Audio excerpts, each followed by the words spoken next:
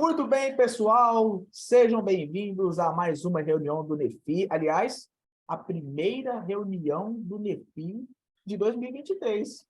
E nós não poderíamos começar 2023 melhor do que com o nosso clube de leitura, falando sobre uma obra clássica, já que é o Você é Aquilo que Ama, do J.K. Smith, uma obra incrível. Eu vou confessar para vocês, eu ainda não tinha lido a obra do Smith, mas olha, eu vou falar uma coisa para vocês, viu? Li e gostei demais, e nós vamos falar muito sobre esse livro na nossa reunião, no nosso encontro de hoje. E, sem mais delongas, já quero passar para ela, Polly, minha querida amiga, que vai direcionar esse encontro de hoje. E, a partir de então, nós vamos fazer algumas reflexões a respeito desse livro arrebatador. Polly, é contigo.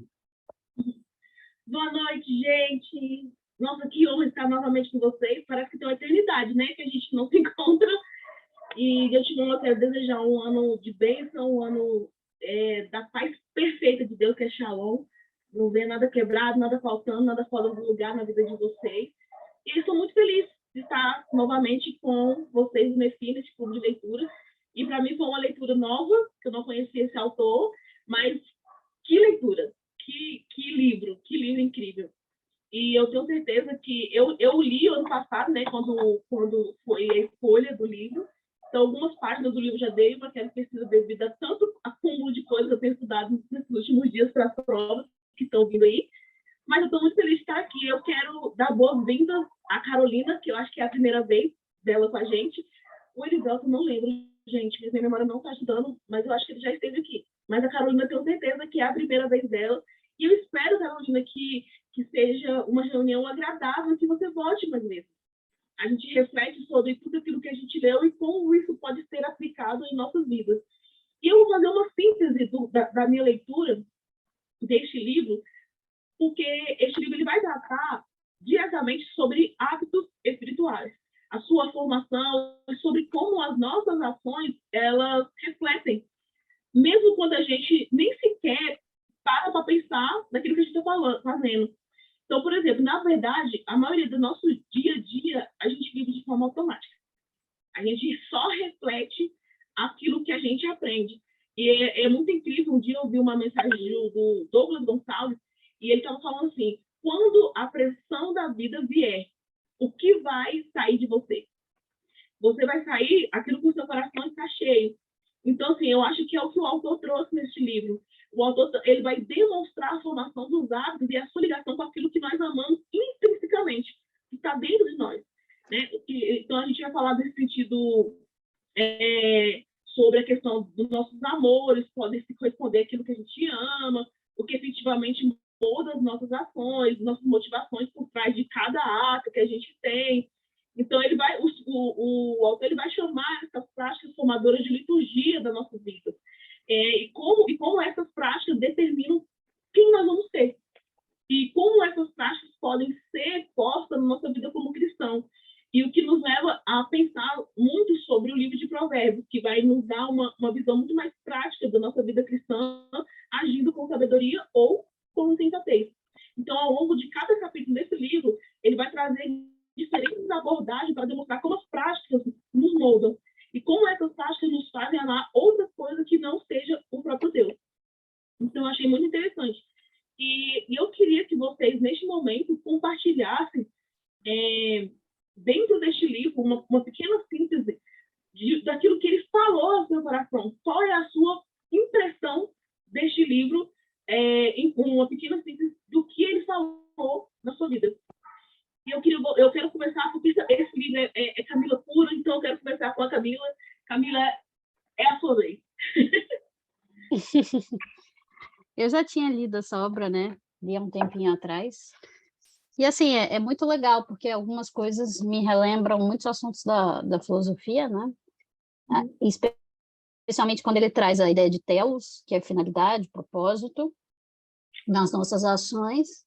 Esse é um âmbito da ética, né?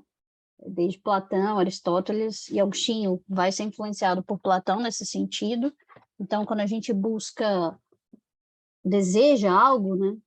geralmente é por que a gente deseja aquilo, o que a gente quer alcançar com aquilo. Essa é a ideia do telos, da finalidade ou do propósito. E acho que isso é muito legal a gente pensar, porque a gente tem a tendência de achar que a nossa fé em Deus decorre muito daquilo que a gente acredita apenas e daquilo que a gente sabe, que a gente retém de conhecimento teórico, né? A teologia, digamos assim. E, na verdade, os hábitos estão relacionados também àquilo que o nosso coração deseja. E o nosso coração vai desejar aquilo que nós praticamos com alguma frequência. Por isso a importância dos exercícios espirituais, né? Oração, leitura bíblica, culto, congregar, enfim. Mas é interessante, na nossa vida a gente consegue perceber a aplicação prática disso, né? Hábito de tomar banho, escovar os dentes, uma série de coisas que a gente faz com alguma frequência e isso vai nos tornando, por exemplo, pessoas higiênicas, né? Então, o amor em relação a Deus também depende desses hábitos e isso vai moldando o nosso caráter, né? Assim, embora ele fale sobre isso, cite Agostinho, cite outras coisas bem legais, ele cita o MacIntyre também, né? Que é um pensador interessante, depois da Virtude, que é uma obra que ele escreve também, de certa forma, recuperando a ética aristotélica. Então, assim, para mim é muito legal, e tem uma parte, acho que é no capítulo 1, que quem leu vai lembrar, que ele fala sobre a questão do shopping, da liturgia do shopping, ele dá o exemplo de como, porque as vitrines, né, chamam a atenção e tal, e ele dá exemplo de como é difícil você sentar para conversar, ter uma conversa importante, assim, delicada, por exemplo, num shopping que é um ambiente de ruído, enfim, é um ambiente que toda a liturgia do shopping foi construída apontando para o consumo e as vitrines dizem isso, né? E como é muito mais fácil a gente, às vezes, conseguir ter uma conversa sobre algum tema delicado, alguma conversa sobre um assunto mais íntimo, assim, num café, por exemplo, que fica numa rua, fora do ambiente do shopping. Acho que isso reflete um pouco bem como a liturgia influencia, né? Como o ambiente também ele forma e molda a liturgia. Isso é uma coisa que a ética também se debruça sobre isso, né? Não que nós somos determinados pelo ambiente, mas o ambiente tem alguma influência sobre quem nós somos, nossos vícios ou virtudes. Acho que seria isso. Deixa o pessoal falar aí. Que você colocou, porque quando a gente fala um pouquinho sobre pecados ou não, é pecado fazer isso, é pecado não ouvir música secular e blá, blá, blá, né? A gente entra dentro dessa questão que você colocou, que não é a questão de você não poder ouvir uma música secular, mas o que aquela canção e a liturgia de ouvi-la sempre está fazendo com aquilo que eu sou. Então, acho que é isso que ele traz, a questão do shopping, que eu também achei muito interessante, para falar sobre nossas paixões. E a gente vai se apaixonar de acordo com aquilo que a gente ouve, do que a gente sente, do que a gente vê constantemente. Então, para eu viver a vontade de Deus, eu tenho que criar, e é tão sábio quando a Bíblia fala que a gente precisa congregar, porque é isso. Porque quando eu vou à igreja, eu tenho essa liturgia de ouvir a música de Deus, eu vou começar a amar isso. E dentro da leitura dele, ele se baseia em grandes escritores, né? A gente pode ver em todo o livro dele uma base bem forte de Lewis, de Agostinho, do Jonas Madureira, do Keller, do Edward Piper. Então, assim, ele veio trazendo um embasamento para aquilo que o livro dele muito forte, né? Então, e tem uma parte do livro que eu acho que tudo do livro dele, ele tira um pouco foco do homem como ser pensante. Não que a gente não seja pensante, mas ele mais sai de Descartes e volta para Agostinho, sai do conceito vigente de cérebros no palito e vai para a questão das vísceras e tudo isso. Isso foi, para mim, tão fantástico, porque ele saiu do raso, ele saiu daquele conceito raso, sabe, do que ele está dizendo, buscando se aprofundar na questão do hábito como base real da nossa vida. E eu gostaria que quem levantou a mãozinha foi você, né, Camila? Não, fui eu só ia dizer assim que é interessante que ele começa a falar da racionalidade, ele faz uma espécie de introdução, né, falando de Descartes, que é o marco da modernidade, né, o racionalismo. E aí depois ele apresenta, de alguma forma, a importância dos hábitos, e assim, quando a gente fala, por exemplo, de patos, que é o conceito de desejo na filosofia grega, esse conceito de desejo também está ligado às emoções, né? Porque, assim, as emoções têm o seu valor na teoria do conhecimento, e eu acho legal porque ele apresenta um extremo, que seria o racionalismo, depois ele apresenta a importância dos hábitos e das emoções, mas ele não cai nos extremos, sabe? Ele não cede ao dualismo, razão ou emoção. Ele aponta um excesso do racionalismo cartesiano, de Descartes, mas ele caminha num ponto de equilíbrio, de moderação. Eu acho isso que é tão interessante, porque, por exemplo, quando a gente vê a teologia, a gente tem alguns extremos. Às vezes os reformados focam muito na razão, no conhecimento teológico, e às vezes focam muito no aspecto emocional, da experiência mística, da experiência com Deus. Então, assim, o que eu acho legal da gente, e eu acho que o Nefi tem essa proposta também, né, a gente dialogar diferentes perspectivas teológicas, é que você encontra o que há de bom em cada uma delas, e você não precisa necessariamente, ao aderir a uma, adotar uma postura de radical oposição à outra, né? Realmente estabelecer uma ponte, um diálogo. Você pode ter uma preferência por uma determinada perspectiva, A ou B, mas você entender o porquê que você está adotando aquela perspectiva e entendendo o outro diferente, como irmão em Cristo também, né? Naquilo que é central na fé. Eu costumo dizer sempre que o credo apostólico é o que nos une, né? Inclusive também cobra de nós um certo ecumenismo em relação aos católicos, né? Que às vezes a gente tem uma visão, alguns protestantes, muito radical com os católicos, como se a gente não tivesse absolutamente nada a aprender com eles, e aí a gente quebra esse paradigma, né? Quando a gente vê a amizade, por exemplo, do Lewis com Tolkien, que é algo assim, muito importante para a literatura cristã, de modo geral. Desculpa aí. Sim. E é esse equilíbrio que deve permear a nossa vida como cristão. Não adianta a gente falar de Deus quando a gente se coloca no centro do saber, de achar que eu sou certo e o outro é errado. E o apóstolo Paulo tinha muito esse equilíbrio também, quando a gente vê nas suas falas, esse equilíbrio de falar assim, beleza, eu sou o pior dos pecadores, Cristo, ele é de fato a razão, e eu estou aqui para dar esse equilíbrio. Não conversar com o pecado ou dialogar com ele, mas eu estou aqui para mostrar para vocês quem de fato tem razão. Então, é muito legal isso.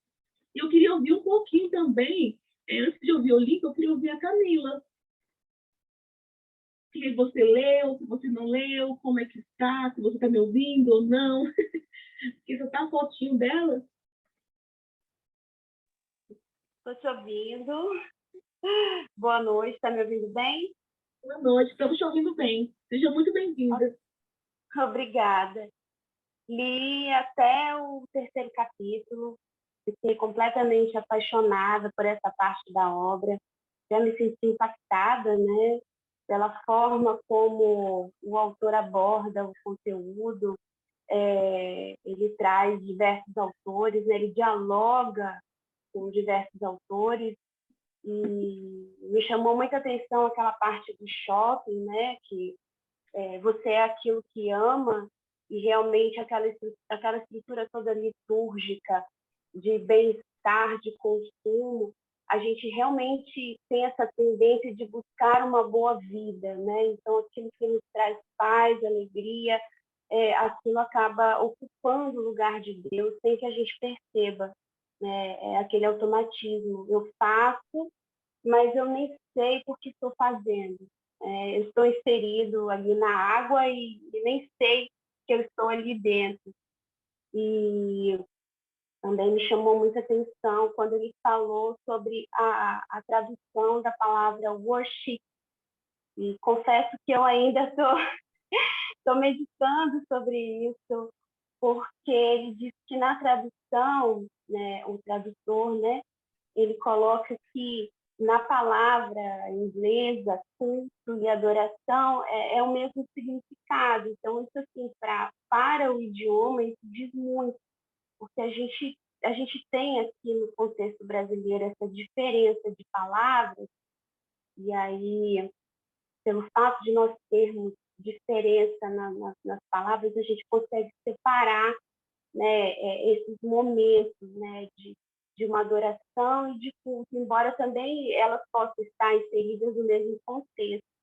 Então, assim, não sei se vocês também tiveram essa análise a respeito dessa palavra, né? O fato de que essa palavra carrega o mesmo significado de louvor, de culto, de adoração, mesmo espaço. E no contexto brasileiro, a gente acaba tendo aí uma diferenciação das palavras, e a gente consegue ver isso de formas um pouco distintas. Bem, é isso. Muito obrigada, Carolina. Foi muito bom. E essa questão da palavra do worship, ela é muito pertinente a gente falar sobre ela, que foi até algo que eu anotei, porque é uma questão essa questão de hábitos, inclusive das palavras que nós utilizamos na nossa vida como cristão, ela vai dizer muito quem nós somos. Então, por exemplo, no Brasil, a palavra de louvor e adoração e culto, ela é vista apenas no ambiente da igreja. Fora desse ambiente, não tem sentido. Então, eu não vivo essa prática de louvor e adoração no meu cotidiano, porque eu acho que o worship, ele é só para quando eu estiver no culto, naquele ambiente em que eu coloco bem a luz e eu crio um ambiente de louvor. Quando, na verdade, o culto, e ele vai falar isso lá na página, eu vou até abrir a página aqui, lá na página 112, ele vai falar bem assim, que o culto é o ambiente onde Deus recalibra o nosso coração, reforma nossos desejos e reabitua nossos amores. O culto não é apenas algo que fazemos, mas é onde Deus faz algo a nós. A adoração é o cerne do discipulado, pois trata-se de ginásio onde Deus reitera o nosso coração.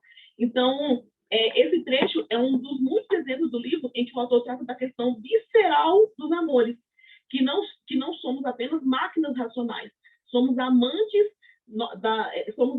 nossas atividades de vida são manifestações das nossas afeições, dos nossos amores. E essa adoração, ela precisa ser um hábito não só litúrgico, não só de dentro de um culto, ela tem que ser um hábito cotidiano na minha vida e nas minhas atividades. Então, a gente vai ver isso muito claro ao ler sobre tais conselhos também, que são remetidos ao C.S. Lewis, e principalmente naquele livro Quatro Amores, não sei se vocês chegaram a ler, que fala assim, que o ser humano é uma criatura amante. E isso, é claro, que está intimamente ligado à estrutura adoradora, que pode ser voltada ao Deus vivo ou a ídolo. Então, que é o exemplo remetido aí, vai falar sobre os deuses falsos do Tim Keller, que nós lemos, que nós também já lemos do Iago, né? Que é muito fantástico esse livro do Iago. Então, assim, o culto, ele é um formador, mas o culto não é apenas aquilo que eu faço ali, levanto minhas mãos e louvo a Deus, mas ele vai formar quem eu sou em Deus. E quando a gente fala da palavra worship, a gente está falando apenas de uma expressão, e não de sermos conscientes e intencionais a respeito da forma do culto que nos está nos formando. Então, isso realmente possui uma implicação muito importante, porque quando você separa o culto da mera expressão, ocorre uma reorganização completa do seu entendimento de repetição. Então, se você pensar que o culto é um esforço de expressão, de baixo para cima, a repetição parecerá falsa e pouco autêntica. Então, assim, a gente precisa... E essa sua fala, Carolina, ela é muito importante. Porque quando eu não compreendo que a minha adoração, eu ser worship, precisa ser uma condição de estilo de vida e não de um culto, e não de um templo, eu não vivo literalmente o worship. Acho que é isso mesmo, Camila. A gente chama disso de senso. Eu não sei nem falar essa palavra, se você quiser dizer. É muito Não, lindo. é a ideia de que nós fomos constituídos para sermos adoradores. Então, quando nós não adoramos a Deus, nós vamos adorar qualquer outra coisa, né? o Calvino disse que os seres humanos são uma fábrica de construção de ídolos, né? A gente vê isso muito claramente na política, por exemplo. E qualquer outra coisa que a gente se envolver de forma muito intensa e cardíaca mesmo, assim, no sentido daquilo que vem do fundo do nosso coração, que ele chama de cardio, né? E é isso, assim, por isso que, de certa maneira, não existe ateu, né? O ateu é alguém que não adora a Deus de forma intencional, mas ele está sempre adorando alguma coisa, algum objeto ou a si mesmo, uma autoadoração, porque também nós somos seres miméticos e a gente está sempre, de alguma forma, copiando os hábitos, e isso também tem relação com o que a gente está falando, da forma como os hábitos são construídos. Então, é por isso que a gente precisa ver que o culto, ele precisa ver o culto como sendo um convite para hábitos mais profundos. Ali a gente aprende uma coisa para a gente colocar em prática durante toda a nossa semana. E eu achei interessante para até abrir aqui agora na página 116, que o autor vai falar assim: a formação de virtude requer prática. E não existe prática que não seja repetitiva. Abraçamos a repetição de bom grado como algo positivo em todos os outros setores da nossa vida. Então, não é apenas na igreja. Essas questões é interessante no âmbito da adoração, tanto na questão vertical com Deus, como na horizontal, em todas as escalas da nossa vida. Ao tratar dessa questão de submissão na repetição ao hábito, isso não fica resumido a um relacionamento do crente com Deus, com a divindade, mas contempla ou vai até a multidão da igreja, como, por exemplo, em todas as esferas, na minha escola, na minha faculdade, na minha vida de trabalho. Então, assim, a gente começa a levar todas as pessoas a essa combinação de vozes que possuem implicações implícitas para a promoção de harmonia em nossa vida com a comunidade. Então, a gente não faz a separação de eu sou cristão aqui, o perfeito, e você não. Na verdade, eu encontrei a graça e eu estou levando ela até você. Isso é muito incrível. E eu quero ouvir você, meu querido Lincoln, das suas impressões até o capítulo que você leu. Nossa, então, eu li até o capítulo 6, aliás, li o capítulo 6 também, então para mim falta só o capítulo 7, que é o último, né? Não tive tempo de ler, mas creio que esse final de semana eu devo concluir a leitura. Bom, mas o livro ele é incrível. O Smith, na verdade, ele traz várias coisas. Então, ele traz o ser humano como um animal litúrgico. Ele fala, no capítulo 6, sobre pedagogia cristã, e isso é sensacional, porque ele traz a pedagogia cristã, tanto do ponto de vista para crianças, quanto para jovens adolescentes, universidade, você sair de um processo informativo para um processo formativo, inserindo essas pessoas na história de Deus, que é o que ele fala muito no livro, e eu acho isso muito interessante, porque a partir daí, esse processo de formação de crianças, de jovens, e até mesmo pessoas que estão indo para a universidade, né? Esse processo formativo ele vai se dar com muito mais qualidade. Então, eu já estou começando do capítulo 6, porque é algo que me chamou muita atenção. Inclusive, a ABC2 acabou de lançar um livro sobre pedagogia cristã, que é do David Smith, não é irmão do J.K. Smith, tá bom? Embora os dois dão aula no mesmo lugar, né, no Calvin, tá? Mas os dois, inclusive, já lançaram obras juntos, tanto o David e o James, né, lançaram obras juntos, falando sobre educação cristã, inclusive, mas não são parentes. Mas o livro da ABC2 recente, Pedagogia Cristã, traz muito essa temática também, que é bem legal. Um outro ponto que me chamou muita atenção nesse livro do Smith é a respeito da adoração. E trazer essa liturgia e essa adoração para o ambiente familiar.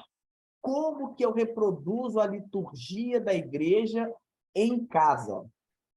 na criação dos filhos, nas refeições, e aí o Smith vai usar como exemplo a mesa na hora do jantar, e que, embora às vezes tenha discussão entre os filhos adolescentes ali, mas é um lugar de comunhão, então você traz o aspecto comunhão da liturgia da igreja, e traz isso para casa, e esse aspecto da mesa em casa é algo que, infelizmente, grande parte das pessoas estão perdendo, porque aí vai comendo no sofá, assistindo televisão, ou então pega comida na cozinha e vai para o quarto para comer, né? Então, ao longo do tempo, foi se perdendo muito essa questão da mesa. Inclusive, a Camila até comentou no chat agora sobre a questão do Liturgia do Ordenado, da Tish Warren. A gente lembra que a Tish faz muita referência no livro a essa obra do Smith, Você é Aquilo que Ama. Então, a Tish ela é fortemente influenciada por essa obra do Smith, né? Quando ela traz essas liturgias para a vida cotidiana, quando ela traz essas liturgias aí para a vida ordinária, né? Então, o Smith vai tratar sobre esses assuntos que eu achei muito interessantes, essa questão da conscientização, até mesmo no alimento, quando ele fala, não, aqui em casa nós comemos carne de animais que foram, enfim, eu não sei como é que se fala, né, um ambiente humanizado, enfim, acho que é isso assim que se fala, né? A questão dos alimentos, né? Das folhas, das verduras, saladas, enfim, a questão das hortas, né? A questão da esposa dele, da Dina, né? Que ele fala muito sobre isso. Então, eu acho muito legal essa questão do Smith levar o leitor de volta à tradição. Ele faz isso o livro todo. Olha, nós estamos aqui numa era contemporânea, pós-moderna, mas aqui a tradição ela é importante. Nós precisamos nos lembrar e praticar as disciplinas espirituais, porque elas são fundamentais no nosso processo formativo, né? Então, as sacadas que o Smith dá são incríveis, são maravilhosas, assim. Então, são pontos que assim, chamaram muito a minha atenção na obra. Tem uma coisa que eu não sei se... Bom, na verdade, talvez eu não tenha entendido muito bem quando ele fala a respeito... E aí entra a questão da adoração, a questão da expressão. Né? Ele fala... é como se ele falasse, olha, nós precisamos ser menos expressivos e nós precisamos... Enfim, aí ele volta às práticas litúrgicas, à tradição da igreja. A minha indagação é sempre a seguinte, quando eu leio esse trecho. Não é possível nós... E acho que a Camila até falou sobre isso, quando ela fala desse equilíbrio, né? Pelo menos no meu entender, eu creio ser possível nós trabalharmos ao mesmo tempo a questão da expressão e a questão da tradição. Eu acho que são duas coisas que devem convergir, né? Nem que pode convergir, elas devem dialogar, elas devem convergir. A mesma coisa de fé e ciência, elas devem convergir. Não tem essa coisa de fé versus ciência, não tem uma coisa, não tem essa de expressão versus tradição, não. Eu acho que essas duas características, elas podem e devem caminhar juntas, porque isso faz uma igreja saudável, sabe? Quando tem essa vivacidade da expressão, mas sem se esquecer da tradição e a importância da tradição nesse pavimentar do caminho até nós chegarmos aqui, porque a tradição ela é muitíssimo importante. Né? Porque a tradição, as liturgias, elas nos formam, elas nos amadurecem, ela traz para nós uma consciência ainda maior e nos possibilita termos uma solidez de fé ainda maior. Mas eu como pentecostal, eu valorizo muito a expressão também, né? Então, é a única coisa que eu... Não vou falar que é uma crítica ao Smith, né? Eu perto do Smith, quem sou eu, né?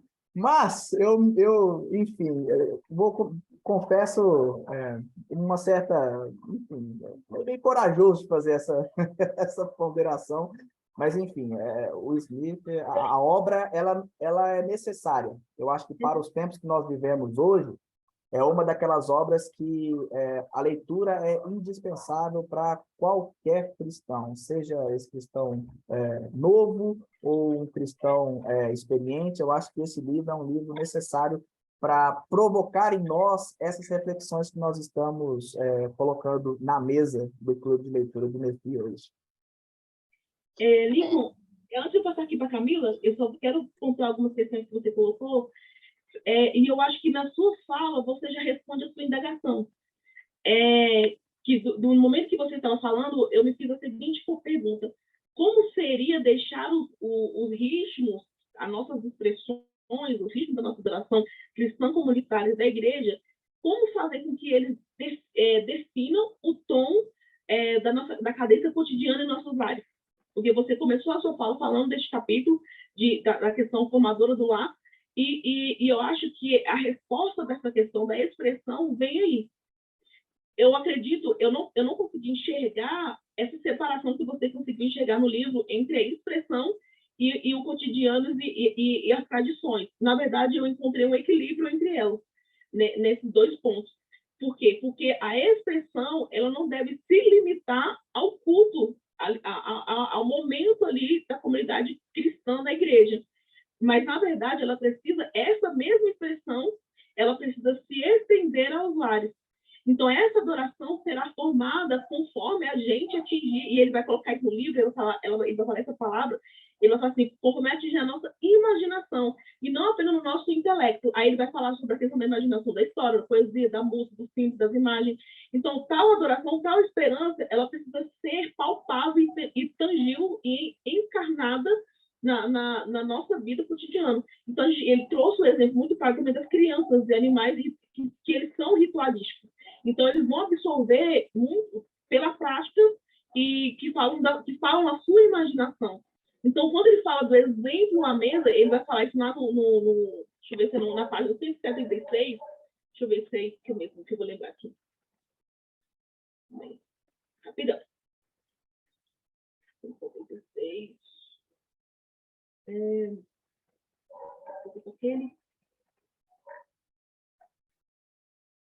Eu vou ler no meu resumo, porque eu não estou na página errada, mesmo que você não está achando.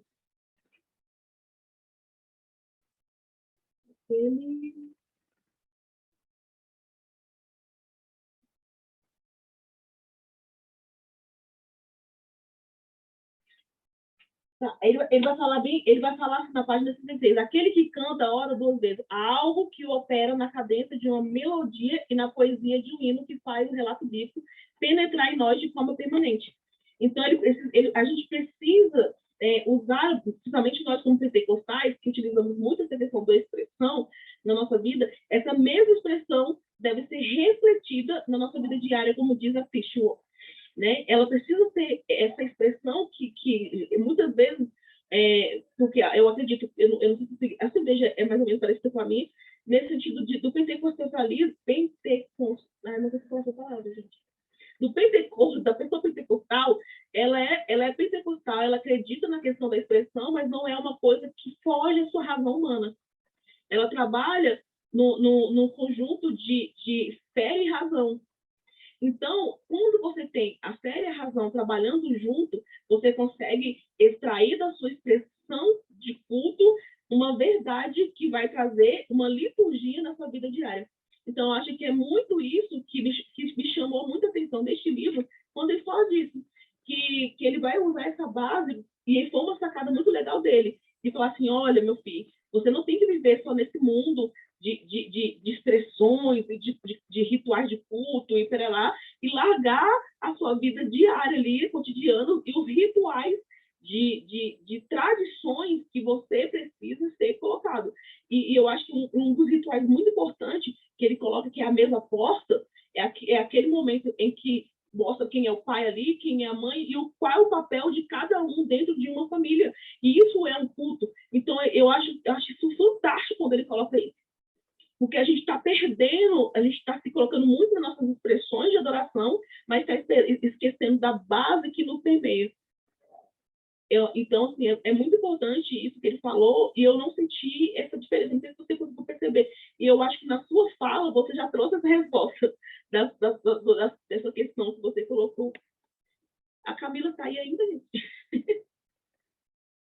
A Camila Não, eu só queria acrescentar algo, pelo que o Lincoln disse. Eu acho que assim, é interessante ele perceber, de certa forma, essa contradição, ou aparente contradição, porque esses são os limites da própria perspectiva teológica, né, Lincoln? E por isso que é tão interessante o diálogo, porque você não se fecha, assim. Eu acho que o Smith é um bom leitor de Agostinho quando ele se coloca contra o dualismo, que é exatamente essa perspectiva de se fechar ou fé, e aí eu adoto um culto muito místico, muito emotivo, ou razão, aí eu adoto uma teologia muito racional, muito teológica, muito rígida, e isso se reflete também na liturgia do culto. Assim, o que eu aprendi, porque meus pais converteram numa batista, mas minha mãe transitou por muitos anos no movimento pentecostal, né?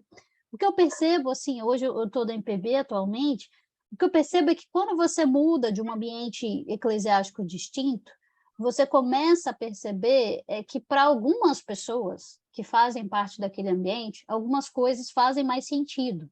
E como a igreja é um corpo, é uma comunidade, por exemplo, nas IPBs, às vezes, exatamente pelo estilo de culto, louvor menos agitado e tal, muitos idosos frequentam. E aí, quando você percebe que um jovem de 20 e poucos, 30 anos, você tem um estilo que você gosta de uma guitarra e uma bateria mais pesada e tal, você percebe que, de certa maneira, você é minoria no culto público. E você está querendo colocar a sua predileção musical acima dos interesses, às vezes, dos idosos, que são maioria. Então, você aprende também a ser menos egoísta, a pensar no culto não como um cliente que vai comer num self-service, que o culto tem que ter aquilo que melhor me agrada, sabe, para o meu apetite. Não, primeiro, o culto não é feito para os homens, o culto é para Deus. E segundo, que se talvez os jovens são minoria, é um tanto quanto inadequado você colocar um estilo de culto que vai impor aos idosos algo que às vezes não faz parte da época deles, né? Então, assim, eu percebo igrejas aqui que têm essa perspectiva de um louvor muito agitado, e esse tipo de louvor só atrai jovens, a igreja é majoritariamente de jovens. Então, é interessante a gente perceber como o corpo de Cristo é distinto nas suas variações, e eu gosto de pensar muito que, quando a Bíblia fala da multiforme graça de Deus, essa maneira também da graça se manifestar de formas distintas a partir de variações culturais. A gente vê, por exemplo, como os africanos cultuam a Deus. Para eles é impossível não cultuar a Deus dançando, sabe? E para certos movimentos teológicos ou perspectivas, isso seria escandaloso, isso seria falta de zelo, entende? Então, também tem uma questão cultural embutida. Claro que, como brasileiros, nós somos o povo do samba, né, de uma série de coisas, mas eu acho que, de alguma maneira, essa aparente contradição que o Lincoln comentou desbarra na limitação da própria perspectiva teológica, porque é assim mesmo. Se ele é calvinista, como aparenta ser, tem uma série de normas internas, né, ao menos no IPB, em relação, inclusive, à liturgia de culto. E aí você encontra algumas limitações dentro da própria perspectiva. Lincoln levantou a mãozinha. Exato. Não, eu concordo com tudo que a Camila falou, né? Uma preocupação que o Smith trata nesse contexto de cultos é o seguinte: a preocupação do Smith, ele se baseia num contexto americano, mas a gente vê isso claramente aqui no Brasil também. São igrejas que são reféns de entretenimento. entretenimento para atrair, entretenimento para manter, entretenimento para chamar atenção. E aí, nessa cultura de entretenimento, primeiro que ela fica refém. Segundo, porque esse caráter muito de entretenimento acaba colocando em déficit a questão exatamente formativa. Ou seja, é muito entretenimento, mas, ao mesmo tempo, eu não estou sendo formado. Eu não estou sendo ensinado. Eu não estou sendo inserido na história de Deus. A minha imaginação, enquanto parte integrante da história de Deus, isso não está sendo fomentado, sabe? E é uma preocupação que o Smith traz. Eu acho que talvez esse zelo do Smith pelo princípio regulador de culto, né? Eu acho que parte muito daí, sabe? Porque ele vê isso acontecendo no sistema americano, e a gente vê isso aqui no Brasil também, sabe? Então, isso é uma coisa que me chama atenção, e eu concordo com ele nesse sentido. Culto, ele, obviamente, gente, que eu não estou querendo dizer que igreja nunca pode proporcionar evento, gente, não é isso, pelo amor de Deus. Mas o que eu estou querendo dizer é o seguinte, a igreja, ela precisa prezar sempre pela formação, pela instrução, pela transformação de caráter das pessoas, né? Para que essas pessoas tenham uma mudança real de vida, para que essas pessoas sejam, enfim, seladas pelo Espírito Santo. Então, o arrependimento dos pecados, o quebrantamento do coração, isso precisa ser mais fomentado. Eu recentemente ouvi um corte de uma pregação do Tiago Cavaco, da Igreja da Lapa, lá de Portugal. E o Tiago Cavaco, ele fala o seguinte, olha, se você está à procura de uma igreja que te agrade, eu quero que esta igreja te desagrade bastante. Olha, eu quero que ela lhe desagrade ao máximo, porque não é a nossa intenção te agradar. Não é a nossa intenção alimentar o seu ego. Não, definitivamente não. Nós, aqui na Igreja da Lapa, nós queremos pregar um evangelho que confronte o seu coração e confronte o seu pecado. Então, eu concordo muito com o Smith nesse sentido, e eu queria também colocar esse ponto para os amigos também falarem um pouco a respeito, porque eu acho muito importante. Olha o Flávio entrando aí, ó. Não, vou até... O que é isso? Olha o homem aí, ó. Boa noite, tudo bem? Fala, meu querido. Boa noite, tudo jóia? Saudade de você, ué. Seja bem-vindo. Que bom. Muito obrigado, Poliana. Já tu vai falar. E essa fala, Link, eu concordo plenamente, e muito recente agora, na minha igreja, as pessoas começaram a me questionar muito sobre a questão da UNB, né? E, eu estou preocupada que meu filho vai para a UNB, e como é que é lá, Poli? O que eu vou fazer? Será que meu filho vai desviar e tal lá? E você percebe isso muito claro. Por quê? Porque nós não estamos formando pessoas, seres pensantes na questão do evangelho, de mudança de caráter, mudando a forma de que eles são e vivendo para essa realidade. Né? É como a Camila mesmo disse, é um quarto de diversões na igreja, ultimamente. A gente está buscando tanto ter entretenimento para poder ser atrativa para a questão de números de pessoas, quando não estamos vivendo o evangelho de transformação para que as pessoas tenham uma vida transformada e que está tudo bem a pessoa ir para a UNB, está tudo bem ela ir para uma faculdade federal, que aquele ambiente não vai mudar quem ela é. O problema que entra nesse desespero é exatamente porque nós criamos nossos filhos dentro de uma bolha, de uma realidade que é totalmente paralela à vida humana, e dentro de não, porque o evangelho não pode misturar, você não pode viver com ninguém que pensa. E quando chega na faculdade, a galera vai bombardear ele com questionamento da própria fé. Então, se a nossa fé ela não está firmada e baseada numa ideia e de uma cosmovisão realista do evangelho. A gente cria um pano de fundo e cria uma bolha. O evangelho é um mundo paralelo do que nós vivemos aqui na Terra, então você não pode nem sequer ir lá, porque senão vai dar ruim. E a gente entra nesse desespero. Por quê? Porque, de fato, os filhos não estão sendo formados. E foi quando eu falei para essa mãe, seu filho é meu discípulo.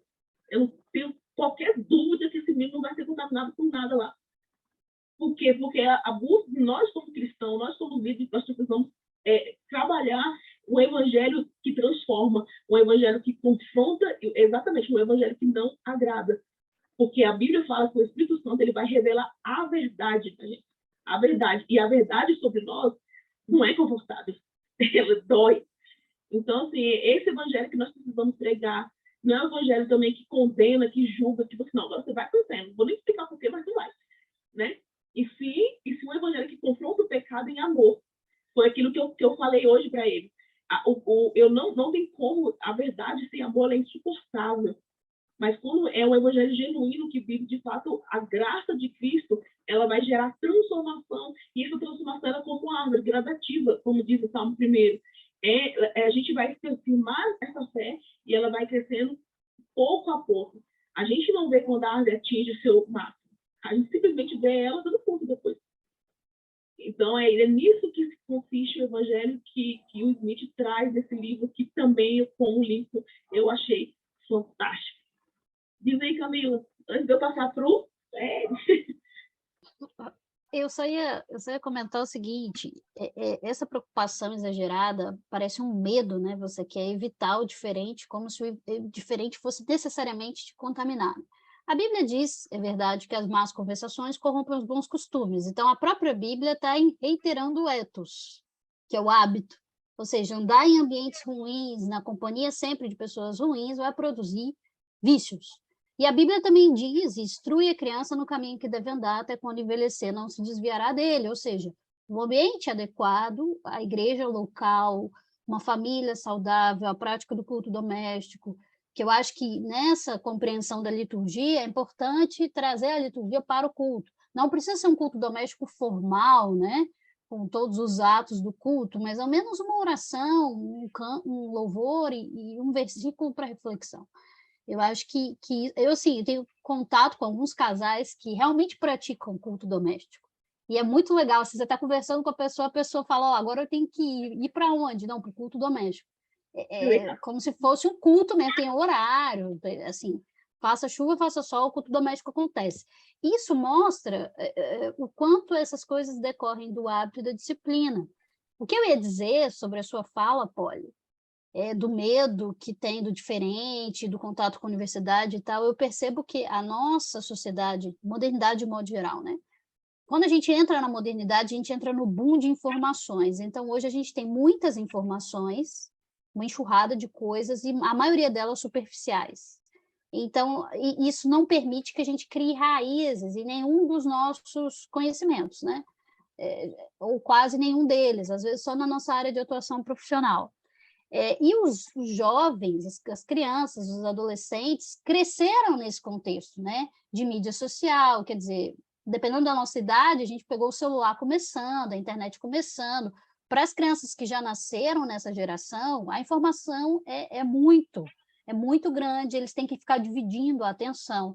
Então, o culto vai demandar você focar ali no louvor a Deus, e isso é completamente antimoderno, você ficar 2 horas num ambiente louvando, ouvindo uma pregação, às vezes longa e tal, isso é o oposto da modernidade.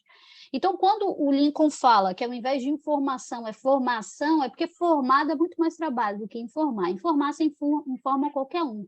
Você cria um perfil, tem um monte de seguidores, você fala um monte de baboseira, as pessoas te seguem, parece que quanto mais baboseira você falar, mais seguidores você tem. E a questão é que o formar dá trabalho e gasta tempo, você precisa caminhar com pessoas. Aí vem a questão da importância do discipulado, que embora assim, o ID deixe tão claro que é ir de fazer discípulos, a gente esquece os evangelhos, o que significa caminhar junto, né? Para formar hábitos e virtudes. Você vai ver Paulo dizendo, sede meus imitadores como eu sou de Cristo, ou seja, não basta a gente ter, claro que isso é o nosso exemplo maior, mas a gente ter Cristo como exemplo, e a gente pode recorrer aos seus escritos, mas é bom que a gente tenha líderes como exemplos também, pessoas que possam nos inspirar no dia a dia. E se você, por exemplo, volta e vai um pouco para a filosofia antiga, o que eu acho interessante é que a paideia grega, a educação da Grécia Antiga, entendia isso, que você precisa de uma relação entre mestre e discípulo, você precisa de alguém mais velho, alguém mais experimentado, que tenha vivido mais, para que possa conduzir o jovem, né? E assim, e esses são pontos de contato, né, Lin? Com a questão da graça comum, que a pedagogia grega, naquilo que ela não confronta o evangelho, ela é muito boa, porque ela mostra esses hábitos sendo praticados e dando certo no contexto da polis, da cidade, né? Então, eu entendo que o foco do Smith é recuperar essas questões éticas perdidas, que parecem ser a grande crise da modernidade. Do que adianta a gente lançar um monte de livro, a gente ter igrejas lotadas, se o índice de aborto e divórcio no meio cristão é o mesmo do meio protestante? Aí realmente é difícil você ser sal da terra e luz do mundo na universidade, entende? Você só bate ponto na igreja, você não tem vida com Deus, você não tem fruto, você não produz boas obras, aí qualquer correnteza vai te levar mesmo. Aí a igreja tem que ficar escandalizada. Nossa, meu filho vai entrar na universidade, orem por ele porque ele vai apostatar da fé. Então, essas coisas vão linkando quando você tem raízes mais profundas. E você sabe, por exemplo, porque nós somos seres também racionais, a gente questiona o porquê. Né? Por que eu estou caminhando em santidade? Me explica isso. Porque Deus planejou o sexo para o casamento. Tá, mas isso às vezes não é suficiente. O adolescente ele questiona, porque olha só o índice de doença sexualmente transmissível, com essa liberação toda, aí ele começa a entender doenças, outras questões biológicas que vão somando a compreensão daquilo que a ética cristã ensinou para ele. Aí, quando ele consegue, por exemplo, se ele tem que dialogar com um ateu no contexto universitário, às vezes ele não vai conseguir convencer um ateu da verdade bíblica, mas ele vai conseguir convencer um ateu de como uma sexualidade promíscua aumentou os índices de doença sexualmente transmissível, os índices de aborto nossos são cada vez mais absurdos, então ele consegue, ao menos, deixar um ateu questionando se aquilo realmente é bom. Ele consegue apontar para o bem, porque Paulo diz em Romanos 2, né? Todos, mesmo aqueles que não possuem a Cristo, têm uma noção geral do que é certo e errado, do que é bom e mal. Isso é próprio da consciência moral. Então, às vezes, isso depende do poder do Espírito, você convencer o homem do pecado, da justiça e do juízo, mas se você não consegue esse convencimento, até porque ele não lhe pertence, né, não está nas suas mãos, ao menos apontar para o bem, se você consegue apontar para o bem, você já está lançando a semente. E aí alguém lá na frente vai regar, pode produzir fruto ou não. Mas essa é a grande verdade, Camila, porque não, como você falou, informação e formação são duas coisas diferentes. E é o que nós precisamos fazer, formar. E essa formação vem dessa ideia de gerar um pensamento crítico com relação a tudo. E, não, isso não é só pecado, não. É por isso, por isso e por isso. Você não vai fazer. É por isso que você existe, e eu acho muito legal que eles também precisam encontrar na igreja, por exemplo, um lugar de porto seguro, onde eles vão prestar conta, onde eles vão buscar refúgio. Então, a gente precisa trabalhar para que isso seja essa liturgia seja real na vida deles. E isso que você falou é muito interessante, porque você simplesmente fala assim, não, filho, você vai falar isso, vai resolver? Não vai. Eles têm, porque eles vão estar sempre ali no perigo, independente se é o ambiente da faculdade ou no mundo em geral. A gente está vivendo essa questão de risco da nossa fé o tempo todo. E é por isso que a gente tem um líder, é por isso que a gente tem uma igreja, é por isso que a gente tem um lugar onde a gente pode refugiar, é por isso que tem um culto doméstico que é de tamanha importância. Porque é no lar, por exemplo, que a gente tem as nossas maiores referências. Então, acho que esse conjunto que você colocou aí é de suma importância para que a pessoa ela tenha uma vida espiritual sólida. Porque ainda que ela encontre um momento de conflito, ela vai lembrar, não, a prática é isso. Eu lembro, hoje eu vi um vídeo que eu achei muito interessante, de uma mulher falando contra o aborto, né? E ela é uma pessoa africana, que a cultura tradicional dela diz que é ruim ser aborto por várias questões. E a pessoa começou a falar assim, não, mas as mulheres, é bom para as mulheres, eu falo várias coisas. E ela questionou com relação ao aborto dentro da cultura que ela conhecia. Então, para você me explicar que aborto é legal, que vai fazer bem para mim como mulher, então você vai ter que explicar para mim por que a minha mãe, a minha bisavó, os meus ancestrais erraram ao dizer que eu preciso entender uma criança que eu estou gerando como vida. Então, assim, isso foi uma pancada, assim. Então, você percebe que ela não estava ali apenas com a informação, ela estava ali com uma formação de ancestralidade da tribo dela. Então, isso é muito, muito legal. E eu quero ouvir nosso querido que chegou agora. Qual foi a sua impressão do livro? O que te chamou mais a atenção? Obrigado, Poliana.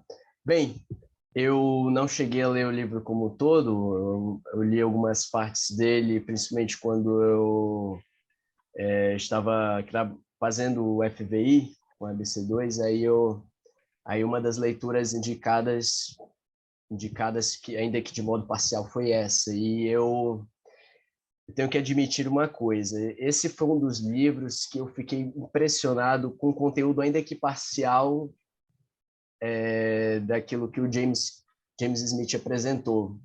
Teve outros também que me deixaram que eu me agradou tanto, fiquei tão impressionado com a riqueza do conteúdo escrito que eu realmente fiquei pensando e o James K. Smith ele me impressionou muito dentro de um ponto, a partir da apresentação, que é justamente essa questão não só a questão da liturgia, é a questão da importância de você trabalhar essa liturgia dentro dos ambientes em que você está, somente... Ah, obrigado, Camila. Enfim, tá. Enfim, depois eu até responderia depois. Mas, enfim, obrigado. Enfim, é interessante porque isso é um ponto que eu até acompanhava, que ao invés de você oferecer um evangelho para agradar o ouvinte, o evangelho para fazer, eu vou pegar o evangelho, vou colocar com isso aqui, bater no liquidificador e o que sair eu ofereço. Não. Eu achei muito interessante como o Smith ele reforça essa questão da liturgia, essa questão da inserção dentro daquilo que a Bíblia apresenta. Porque vamos pensar um pouquinho aqui. Ao entrar na leitura bíblica, eu estou entrando num mundo, numa cosmovisão completamente diferente da nossa. Ou seja, uma cosmovisão que aponta questões hebraica, judaica, enfim, termos assim. Então, algumas coisas eu não consigo, como a partir dessa minha visão mais ocidental, não consigo entender de imediato. Eu preciso de uma imersão, eu preciso entender, aprofundar, escavar o texto justamente para examinar o processo. E aí isso é interessante, eu vou até dar um relato pessoal em relação a isso, porque quando isso na minha vida começou a acontecer, eu senti que a minha leitura bíblica mudou muito, porque nós fomos percebendo, eu fui percebendo, e outras pessoas também que estavam acompanhando o processo comigo, percebendo o quanto que a nossa visão das coisas foi se aprimorando, o quanto que o nosso entendimento daquela realidade, daquela situação, não só da hebraica no Antigo, mas também de outras civilizações também estão no Antigo, de outros povos como o povo grego, o povo romano, dentro do Novo. E quanto que entender isso me foi extremamente importante para clarear cada vez mais a leitura bíblica. E isso é bem importante porque se isso não é apresentado, se isso não é direcionado, o que acontece? A pessoa vai olhar para a Bíblia e vai dizer, um livro velho, não tem utilidade. Esse livro serve para quê? É para quê? Vai fazer o quê? Vai me ajudar no quê? O que esse livro vai fazer para mim? Porque muitas vezes, assim, em meio a isso que a Camila destacou muito bem, esse boom de informações, esse boom de coisas para fazer, esse jeito meio multitarefas de ser, querendo aprimorar em diversas questões, às vezes nós ficamos pensando, e concordo, às vezes nós ficamos pensando de que maneira nós vamos encaixar as nossas 24 horas para fazer as coisas que precisamos fazer. E aí, justamente nessa questão eu quero fazer mais, eu quero fazer mais, eu quero fazer mais, eu quero fazer isso, aquilo, e mais aquilo, e mais aquilo, e mais aquilo, e mais aquilo, e mais aquilo, e mais aquilo, e mais aquilo, e bum! E aí quando isso não é apresentado, isso não é ressaltado, isso não é aprimorado, eu não vejo como uma pessoa se encaixaria. É claro que também eu vou para a responsabilidade individual. Foi também um processo que, da minha parte, eu teve coisas na Bíblia que ao não entender, eu pensei, Deus me direcionou para isso, que era, o que é isso aqui? Pergunta de pastor, pergunta de pessoa aqui. Quando tem alguém na minha família com uma dúvida, o que é isso aqui? Vamos conversar um pouco sobre isso? Vamos entender um pouco mais disso? Justamente para termos esse esclarecimento, porque olha só, e aí eu vou encerrar justamente nesse ponto.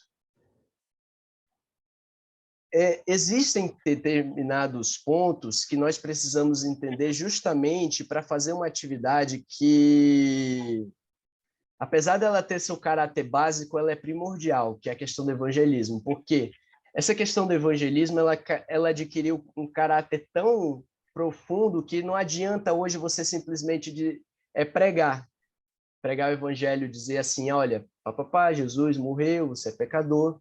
Porque muitas vezes, em meio a tanto boom de conhecimentos, em meio a tantas questões, é claro, o Espírito Santo também vai trabalhar, mas aí a pessoa vai pensar, peraí, eu não sou pecador, olha só, uma pessoa boa,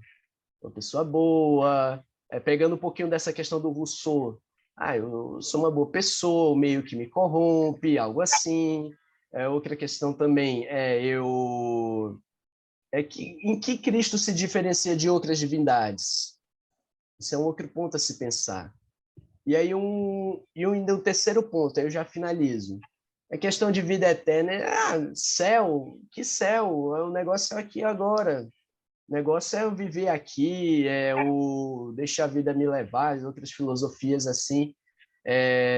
Então, nesse sentido, parece que justamente ao você entender essa questão bíblica de forma aprimorada, você adquire um conhecimento que vai te ajudar em tempos atuais a praticar uma atividade que, apesar de muitas vezes parecer que tem um caráter básico, ela precisa justamente de um aprimoramento para ser bem executada. Assim mesmo. E é por isso que nós precisamos nos aprofundar em conhecê-lo. Porque uma coisa que é muito legal da Bíblia é que, apesar dela... Gente, não existe livro na história que consegue ser tão atual quanto a palavra. Então, apesar dela trazer trechos da antiguidade, Deus ele foi muito lindo. Esse é só o poder de Deus mesmo que pode fazer isso, conseguir se contextualizar, mesmo tendo assuntos tão antigos. Mas a gente só tem a capacidade de trazer isso para a nossa vida prática quando a gente também tem uma intimidade com o Pai, porque é só por meio do Espírito Santo que ele vai nos revelar essa maravilhosa graça. E é por isso que João fala que a gente consegue viver a eternidade hoje, porque a eternidade é revelada por meio da palavra de Deus, por meio do Espírito Santo. Isso é lindo demais.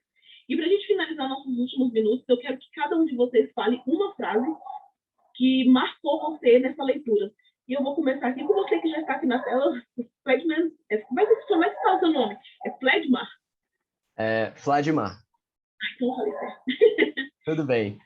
Você pode concluir com uma frase que marcou você na leitura, até um pouco de leitura que você fez? Ok. Pensar aqui. Vamos lá. Eu vou usar uma frase do Mano Brown, que o Mano Brown usou no começo do PT, justamente a importância de voltar para a base. Que justamente esse livro foi o ponto que o livro justamente me mostrou. Que apesar de eu achar que pouca gente no PT levou a sério essa frase, eu acho que até, não sei se alguém levou, mas pensar nisso e a partir dessa leitura me fez entender justamente a importância desse trabalho de base. Muito bom mesmo. E é isso, é voltar à base, como o Lincoln trouxe aqui antes de você chegar um pouquinho. E você, Carolina, qual a frase que marcou você? Não? Oi. Estou tentando achar aqui a frase. Na verdade, eu reuni uma série de frases que coloquei no meu Instagram, de tão apaixonada que eu fiquei, porque tem várias. Sim. Mas, dentre as que mais assim mexeram comigo, achei. O livro ele faz a menção a vários outros autores e histórias, inclusive de filmes. E ele cita, acho que é assim que se lê, né? Geoff Dyer, que diz assim: seu desejo mais profundo é aquele que você manifesta em seus hábitos e na sua vida cotidiana. Aí, essa frase se remete ao fato daquela bola da nossa consciência, né, que é aquilo que a gente acredita que realmente ama, que é aquilo que a gente acredita que realmente é. E é no inconsciente, né, nos hábitos, na nossa vida cotidiana, que a gente realmente vai manifestar o real desejo do nosso coração e o real amor que nós temos. Ai, que bom. E é exatamente isso mesmo. A gente só consegue verbalizar e dizer aquilo que está dentro de nós. E cadê o Elivelto, hein, gente? Tá aí? Você esqueceu de chamar ele. Tô sim, Poliana. Me perdoa, porque eu não estava te vendo aqui na tela, meu irmão, me perdoa. Não, tudo bem. Tô aqui para aprender com vocês hoje. Meu Deus do céu. Você pode dizer uma frase que marcou você nesse livro? Eu não li o livro. Ou, então depois você leia e fala pra... Infelizmente ainda não li. Pois então eu te convido a ler, meu irmão. Esse livro vai marcar muito você e eu espero que você traga essa frase lá no grupo pra gente, tá bom? Tá bom. Qual frase te marcou, Camila? Eu estou procurando aqui. Eu queria citar uma parte que ele apresenta um quadro do marinheiro. Vocês lembram qual página que é isso? Para me ajudar aqui, ele fala sobre isso. Tem uma frase lá muito interessante. Deixa eu ver se eu acho aqui rapidão também. Enquanto isso, Eu não lembro qual capítulo. Vai, Lincoln. Vou lá a ordem.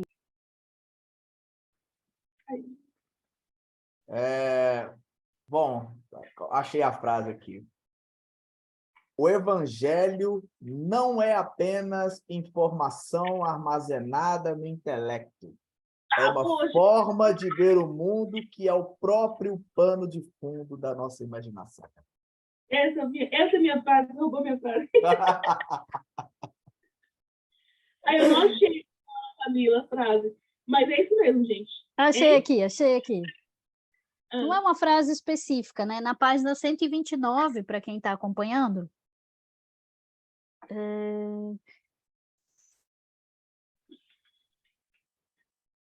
Espera aí.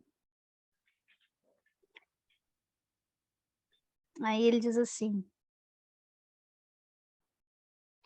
a ficção não nos pede para crer em coisas, destaca ele, mas para imaginá-las. Imaginar o calor do sol em suas costas é algo completamente distinto de acreditar que fará sol. Ele cita esse quadro na página 129, para quem está acompanhando, e tem um senhor que deve ser um marinheiro, né, na obra artística, e tem duas crianças. Aí ele diz o seguinte: de que forma você pode estimular essas crianças? E aí tem todo o plano de fundo da pedagogia, né, que ele vai trabalhar nos capítulos seguintes, a, por exemplo, querer desbravar o mar.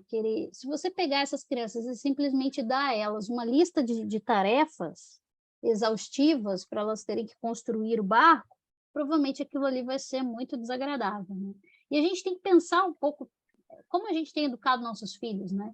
Eu acho que uma das coisas que talvez a pedagogia moderna tenha compreendido é a importância de você estimular a curiosidade. Você não dá tudo pronto de uma beijada à criança, mas você deixar ela fazer perguntas. Eu brinco que a minha sobrinha é tipo uma mini filósofa, porque a filosofia é isso, né? Fazer várias perguntas. Ela pergunta tudo o tempo inteiro. E às vezes isso dá um trabalho medonho, você ficar respondendo perguntas, então você vai corta a criança e deixa ela desmotivada para ficar fazendo perguntas. Sendo que, na verdade, estimular a imaginação é exatamente deixar a criança ser criativa e fazer cada vez mais perguntas, porque isso é importante para a formação dela. Então, mais importante do que você dar a crianças uma série de tarefas de como construir o barco é você sentar com elas e contar uma história, uma aventura muito legal de como o marinheiro sobreviveu a uma tempestade e tal. A história vai cativar o imaginário delas e vai fazer elas desejarem o mar. A gente tem que entender que, especialmente para as crianças, transmitir o evangelho é isso. Não é encher a criança de um monte de tarefa, de oração, de culto e tal, mas você tentar estimular. E eu acho que o que é legal nisso, eu falei lá no início sobre o diálogo e a relação do C.S. Lewis com Tolkien, é que, curiosamente, esses dois caras talvez tenham sido os caras que mais estimularam no meio literário cristão assim, a imaginação, porque isso também tem relação com essa sociedade, o boom de informações que a gente vive, porque dá muito mais trabalho você pegar uma obra do Lewis, como Crônicas de Nárnia ou Senhor dos Anéis, para ler, do que você simplesmente abrir um vídeo no YouTube e ler um resumo de 15 minutos da obra.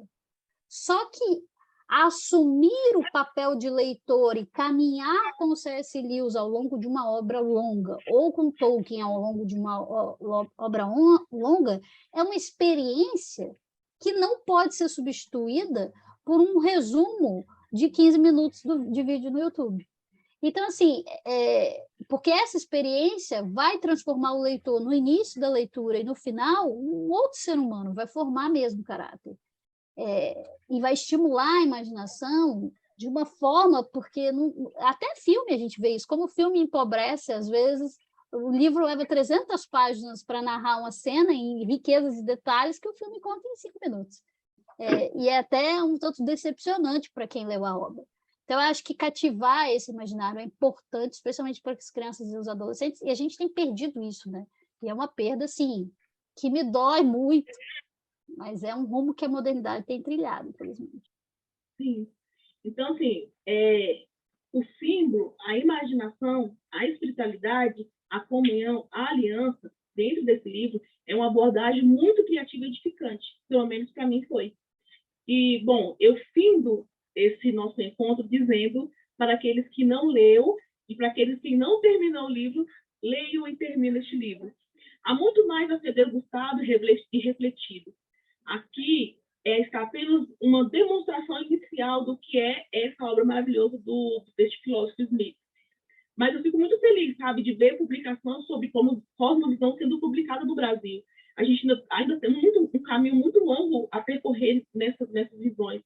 Este assunto está na pauta editorial, né, no momento agora, que tem interessado muito ao público brasileiro, e isso me alegra. Mas eu ainda percebo que precisamos de um livro sobre cosmovisão, de fato, aplicada, que tratasse do nosso coração, das nossas afeições, e ter um ajuste fino da questão prática da vida do cristão. Mas, então, por enquanto, ainda não chegamos nessa prática. Eu acho que o que mais aproxima dessa prática é este livro, Você é Aquilo que Ama. Então, atualmente, para mim, este é o livro que eu indicaria para as pessoas que necessitam de viver o evangelho na prática. E eu agradeço a todos vocês que tiraram o seu tempo para estar com a gente hoje. Eu saio daqui tão rica com cada fala e tão abençoada. E eu tenho certeza que a minha visão em relação ao mundo do evangelho já cresceu muito. E eu tenho certeza que a gente só vai melhorar as nossas leituras daqui para frente, porque a cada momento que a gente vai aprendendo, a gente vai ficando mais seletivo e mais enjoadinho, né? Querendo um livro mais... Tô brincando. Mas é exatamente isso. Essa maturidade que vem por meio do conhecimento é tão bom que é isso que toda a criação, tudo espera que a gente se manifeste.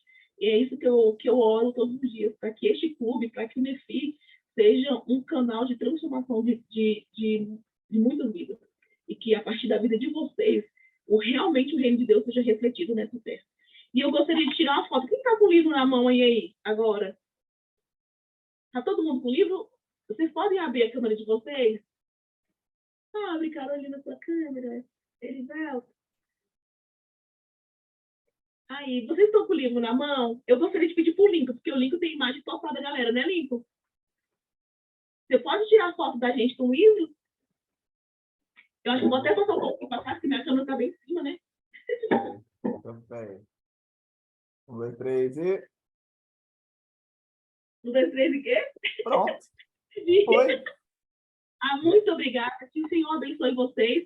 E eu vou ficar com o livro, a gente vai discutir aqui as 3 obras para a gente publicar lá no grupo e vocês voltarem na nossa próxima leitura do mês de fevereiro, tá bom? E logo mais a gente também vai divulgar a data do nosso encontro. Que o Senhor abençoe vocês. Uma ótima noite. Muito obrigada por vocês terem vindo. Beijo,